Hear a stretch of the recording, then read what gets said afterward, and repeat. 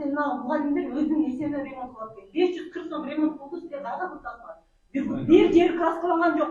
Ош шаарындагы Жапалак айылынын тургундары номер 73 Актан Жапалак бала бакчасында акча чогултулуп жатканына нааразычылык билдирип чыгышты. Ата-энелер бакча төлөмүнөн сырткары ашканага керектелүүчү жана коопсуздук үчүн коюлган күзөтчүгө, ошондой эле канализация үчүн 150 сомдон чогултулуп жатканын, бирок бул сумма максаттуу пайдаланылбай жаткандыгын айтышат.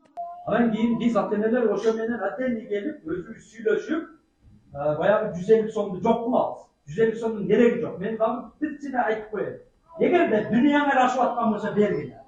Бир да гароны сордуруп бербейт, 50 сомдон ошого септикке деп биринчи макулдук бергенбиз.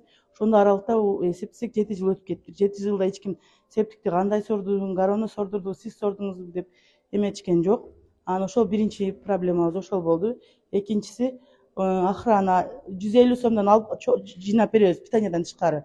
Ошондуктан ошо 150 сомду жооп берсин деген. Аптасында bir ayında 60 kilogram et bölünür bir ayda. 30 yılda sadık koydu. 60 kilogramın 30 kilogramı gelir. 30'u çok. 30'u yarım yolda yok. 30'u şuların çöplerine.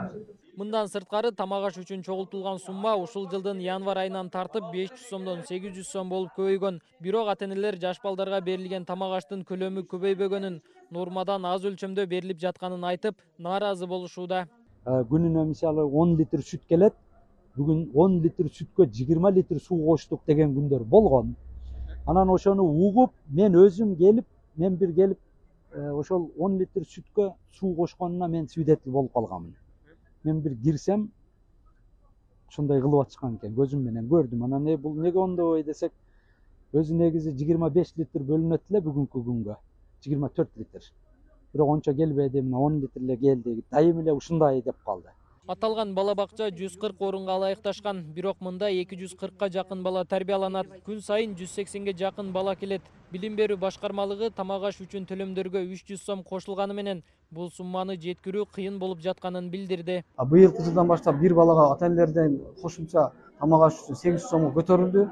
Бул несебеден азыр биз жанагы мурун полдниктес тамак берилбейт эле да, эптөөлүмдө багып жүргөнбүз. Анын үстүнө баалар өсүп кеткен. Ошол несебеден азыр мөмө жемиштерге басым жасалат, бир аз болсо да кошуп беребиз, кичинеден болсо дагычы. И полдникте ысык тамак өткөрдүк да азыр. Ошон берилип атат. Эми мындайда азыр баа өсүп эле мындай резко сапатын нормага чыгара албай атабыз, себеби баалар өсүп кеткен. Баягы эле эски баалар покрывать этип калып атат өзүчө. Септик тазалаганга 450 миң бөлүп атабыз да, шуну алдырып келгенбиз. Бирок бул жерде азыр өздөрү чогултуп алып атпайбы, алдардагы мыйзамчене жооп берет.